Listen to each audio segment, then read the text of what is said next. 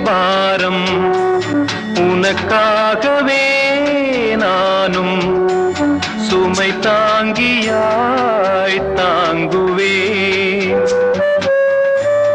உன் கண்களின் ஓரம் எதற்காகவோ ஈரம் கண்ணீரை நான் மாற்றுவேன் வேதனை